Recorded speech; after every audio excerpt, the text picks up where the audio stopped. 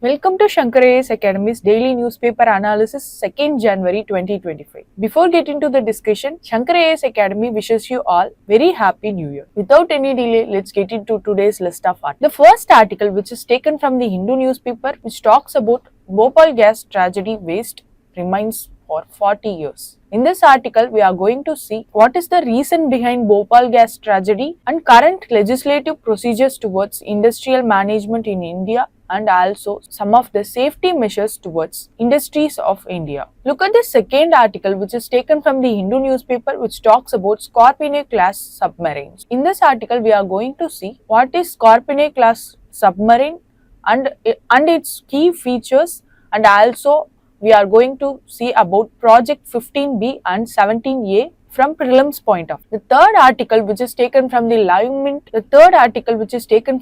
Mint, which talks about judicial efficiency in 2020. That is, number of pending cases was reduced compared to 2020. And also in this article, we are going to see some of the roles of National Judicial Data Grid, which helps higher courts like High Court and Supreme Court of India to resolve pending cases in short span. Look at this fourth article, which is taken from the Indian Express, which talks about government subsidies towards fertilizers for the next year of Kharif season. In this article, we are going to see some of the government subsidies towards agriculture sectors in prelims point of view. Without any delay, let's move on to the discussion. Look at this article, which highlights the Indian Navy is set to commission Scorpeno class submarine followed by Sakshi stealth destroyer called Surat and lead ship of the Project A stealth frigates.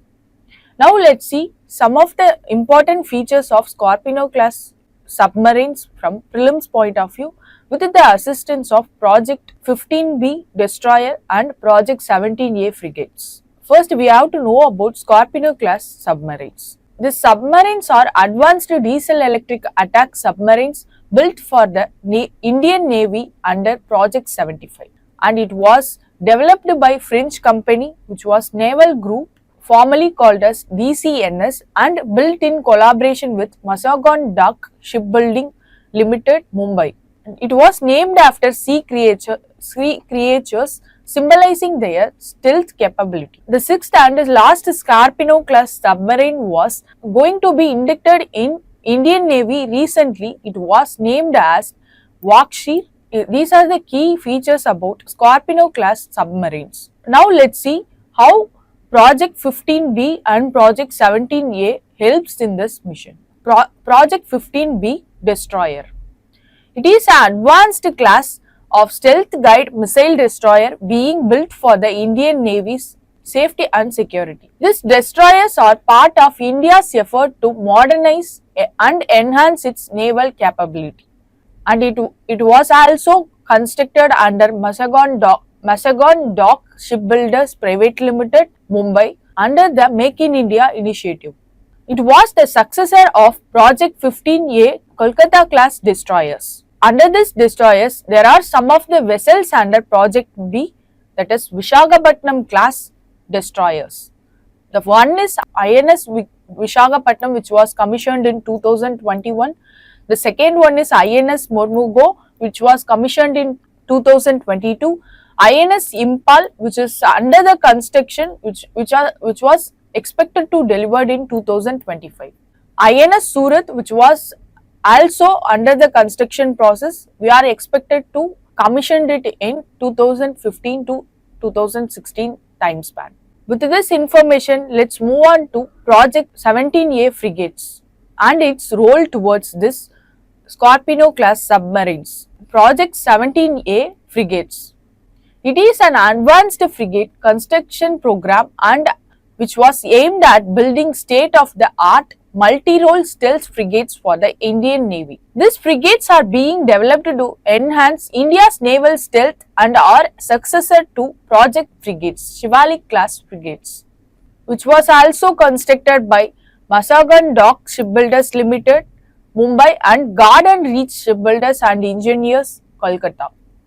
Under this Project 17A, some of the important ships played a vital role. Let's see what are they. The first one is INS Nilagiri, which was launched in 2019 and commissioned in 2024.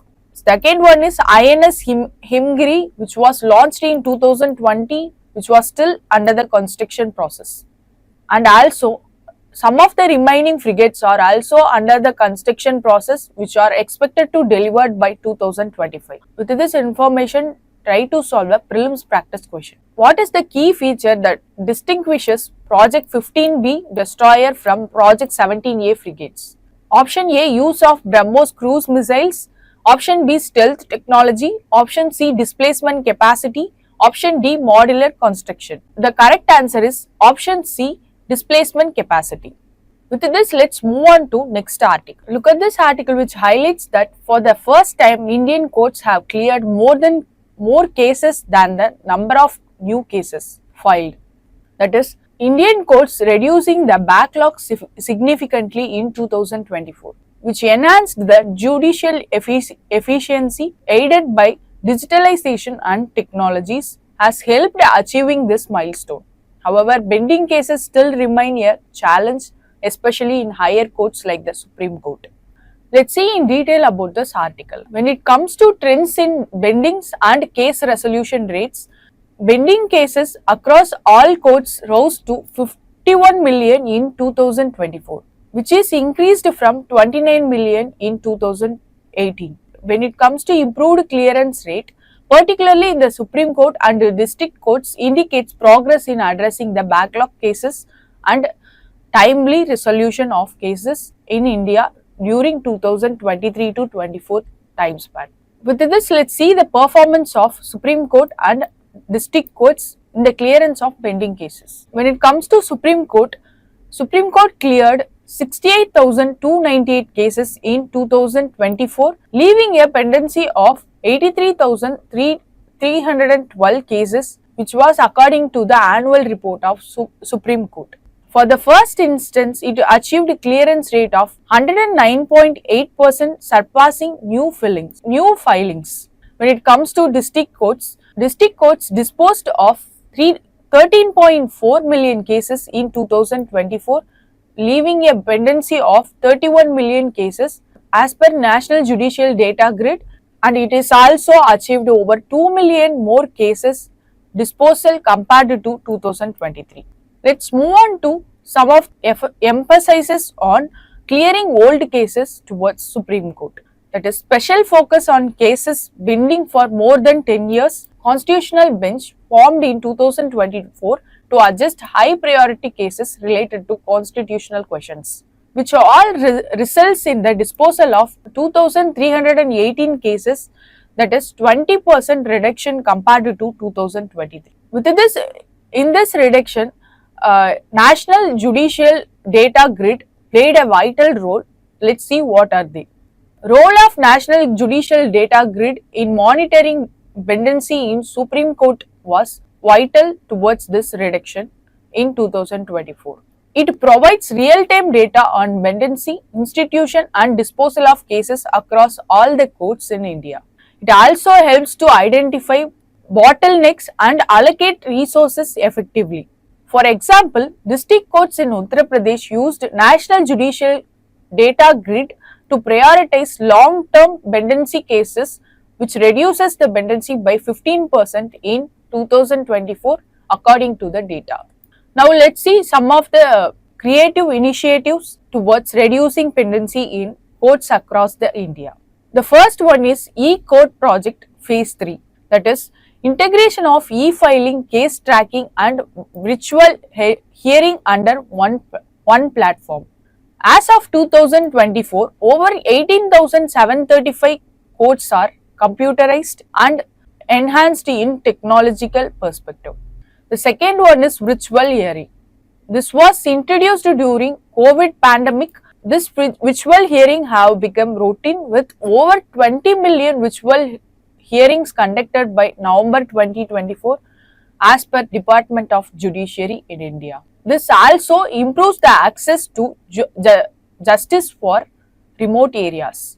The third initiative is AI initiative towards Supreme Courts and district courts towards disposal of cases, that is Supreme Court portal for assistance in court efficiency. Based on AI tools help judges analyze case documents and prioritize cases. For example, it assisted in clearing 1000 plus older cases in 2024. The fourth one is Virtual Justice Clock. It was launched to display court performance data for public viewing. And also it analyzes the periodic performance review of courts based on National Judicial Data Grid, which ensures accountability towards public. It also increases trust in the judiciary, evident in higher case registration across the India. With this all, let's try to solve the prelims practice question. Which of the following initiative aims to monitor and reduce case pendency in Indian courts through real-time data? Option A, E-Court project. Option B, National Judicial Data Grid. Option C, Supreme Court portal for assistance in court efficiency. Option D, Virtual Justice Clock. The correct answer is National Judicial Data Grid. With this, let's move on to next article. Look at this article. This article focuses on Indian government has extended a 3,500 rupees per ton subsidy on diammonium phosphate for another year to control fragmented prices and ensure fertilizer availability for the Kharif season. While non-urea fertilizers like DAP are decontrolled, their prices are informally regulated, unlike urea, which remains under strict price control at 266 rupees per 45 kg. The move aims to stabilize price and support farmers towards fertilizer availability. In this article, we are going to see what is government subsidy, what are all the government subsidy towards fertilizers which was available in India, and also some of the government measures, subsidies towards agricultural subsidies offered by Government of India from prelims point of view. First, let's see what is government subsidy. When it comes to government subsidy, it is a financial assistance or relief provided by the government to individual, business or sector to encourage specific economic activities, reduce cost and achieve broader socio and economic goals. Subsidies are used to make essential goods or services more affordable and support industries or promote development towards economic. With this, let's move on to types of subsidies which was available in India. When it comes to types of subsidies, there are 4 types of subsidies are there. They are, let's see one by one with example. The first one is direct subsidy. The second one is indirect subsidy. The third one is price subsidy, and the fourth one is production subsidy. Let's see one by one in detail with examples. When it comes to direct subsidy, in this subsidy, cash transfer or payment made directly to individuals or business. Example, cash support to farmers. That is schemes like PM Kisan. When it comes to indirect subsidy, assistance provided through reduced cost, tax breaks or reduced duties. That is, for example, subsidized price for food, fuel and fertilizers to the production activities. The third one is price subsidy. This price subsidy was allotted by government which fixes the prices of food or services below market value and pay the difference to the suppliers. For example, fertilizer subsidies to agricultural activities. The fourth one is production subsidy.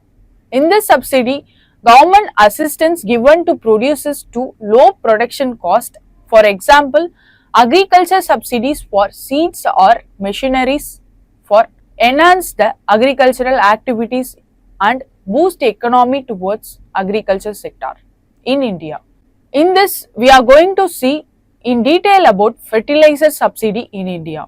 It comes to fertilizer subsidy. Let's start from an example. In India, diammonium phosphate was cheaply available fertilizer towards Kharif crops.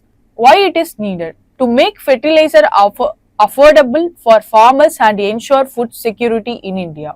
When it comes to the mechanism towards the subsidy distribution, fertilizer companies sell products like diammonium phosphate at a fixed price. For example, rupees 1350 per 50 kg bag. The actual cost of production and import is higher, that is rupees 2,700 was the actual price of this fertilizers. This fertilizers were subsidized under government schemes to farmers in the price of 2,350 per 50 kg bag. For that, government pays the differences, that is 1,350 in this example, as a subsidy to the company who is producing this diammonium phosphate. It reduces the cost for farmers towards the agriculture production. Through this subsidy, government's objective towards farmers is to get fertilizers at affordable price, which boosts the agricultural productivity in India, which will ensure the food security also. Now let's see in detail about diammonium phosphate from prelims point of view. When it comes to diammonium phosphate, it is one of the most common used phosphorus based fertilizer in agriculture. It contains nitrogen, which is 18%, and phosphorus, which is 46%. This fertilizer is a water soluble fertilizer that provides essential nutrition to plants, making it highly popular among farmers for boosting crop growth.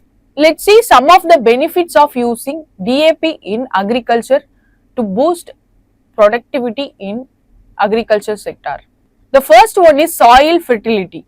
It increases the nutrient availability in the soil. The second one is versatility. When it comes to versatility, it speaks about suitable for multiple crop and soil.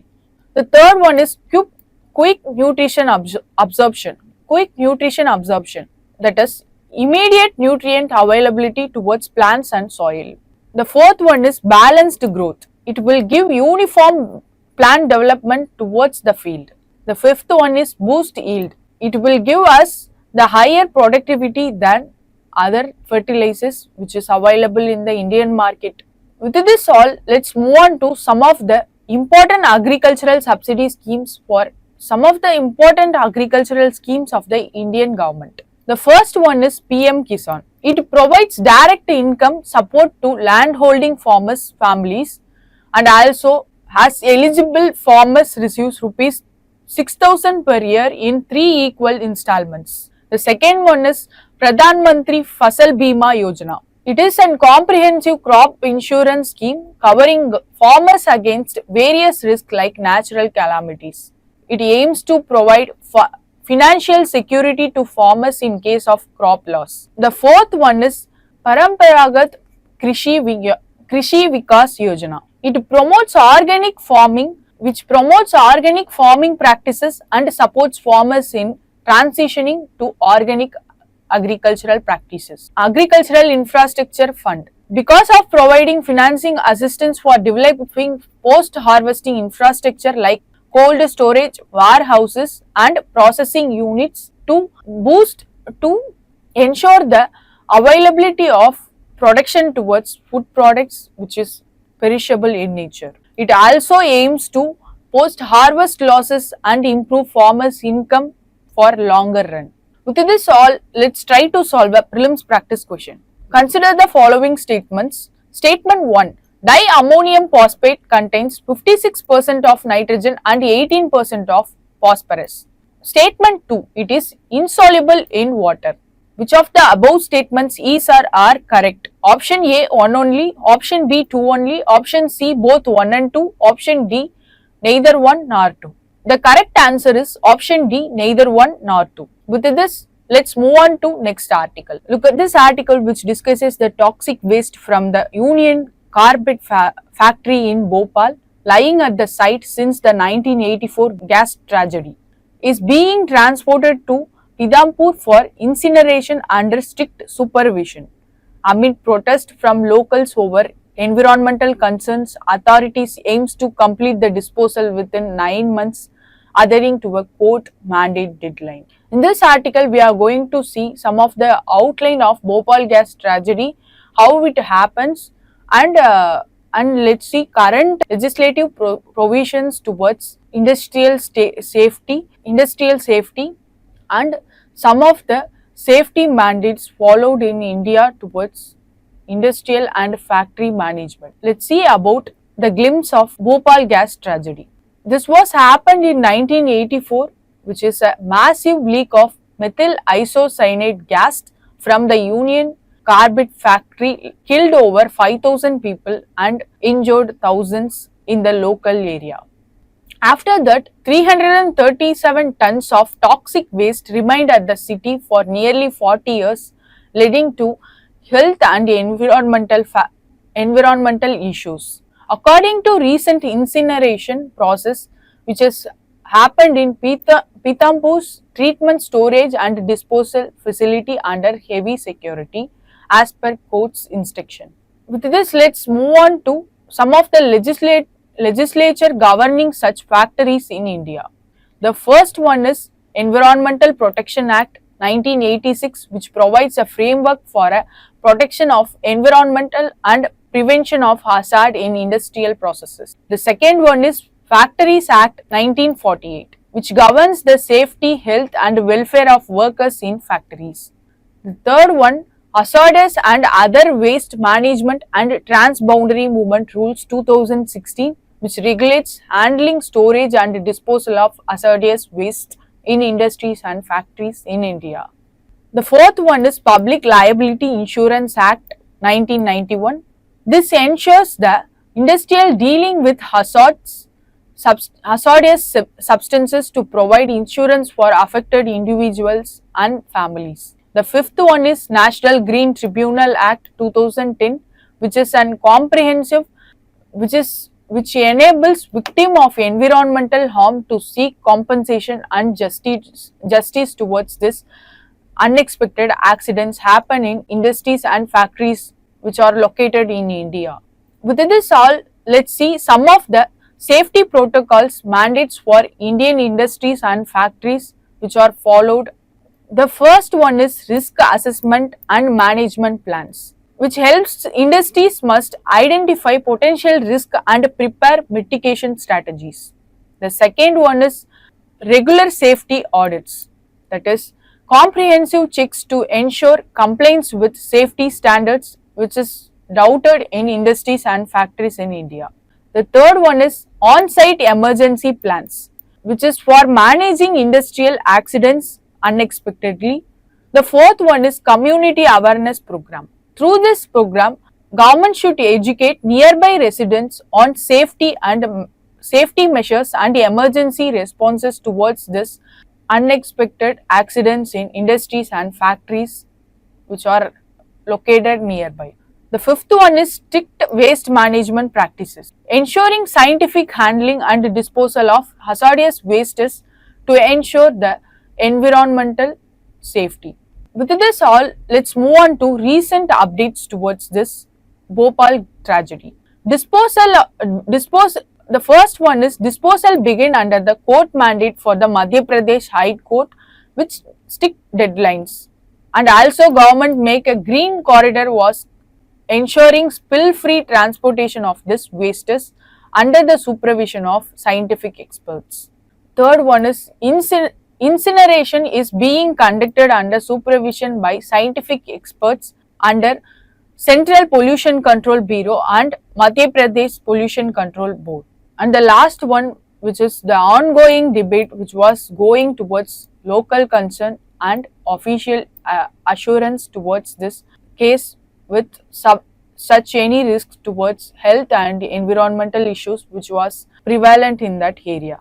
With this all, try to solve the prelims practice question. Which of the following legislation mandate industrial units handling hazardous substances to provide insurance coverage to individuals affected by industrial accidents unexpectedly?